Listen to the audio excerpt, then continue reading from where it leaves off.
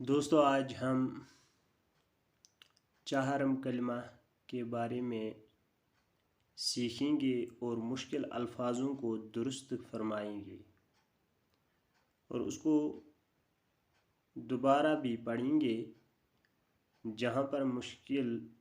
یا اکثر غلطیاں ہوتی ہیں وہاں ہم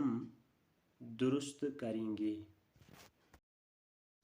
اعوذ باللہ من الشیطان الرجیم بسم اللہ الرحمن الرحیم۔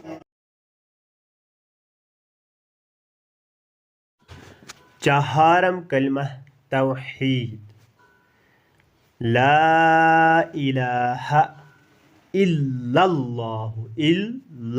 لام اور لام کو ملانا ہے،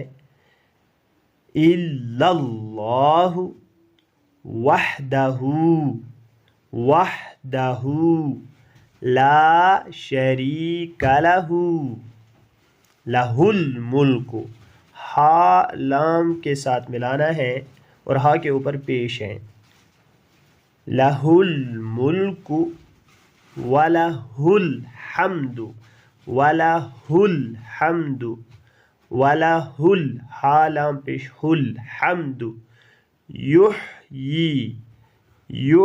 ہا کو ظاہر کرنا ہے، یا کے ساتھ ملانا ہے، یا ہا پیش یا کے نیچے زیر ہے، کھڑی زیر، و یمیت، آدھے لوگ و یمیت پڑھتے ہیں،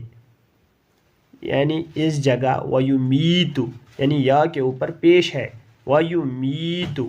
وَهُوَ حَيٌّ لَا يَمُوتُ، وَهُوَ حَيٌّ لَا يَمُوتُ ابدا، الف کو الگ،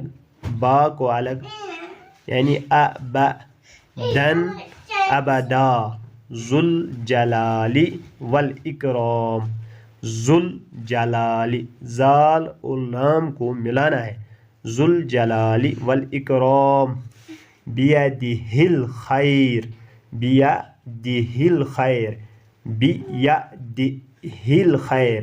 با کو الگ پڑھنا ہے، یا کو الگ، بیدہ الخیر، وَهُوَ عَلَى كُلِّ شَيْءٍ قدیر۔ دوبارہ دہراتے ہیں، لا الہ الا اللہ وحدہ لا شریک لہ، لہ الملک وَلَهُ الحمد یحیی وَیُمیٖتُ، یا کے اوپر پیش ہے، اکثر ہم وَیَمیٖتُ پڑھتے ہیں لیکن یا کے اوپر پیش ہے وَیُمیٖتُ، وَهُوَ حَيٌّ لَا يَمُوتُ ابدا، ذوالجلال والاکرام، بیدہ الخیر، ہا کو لام کے ساتھ، یعنی ہا کو لام کے ساتھ ملانا ہے، بیدہ الخیر، وَهُوَ عَلَى كُلِّ شَيْءٍ قدیر۔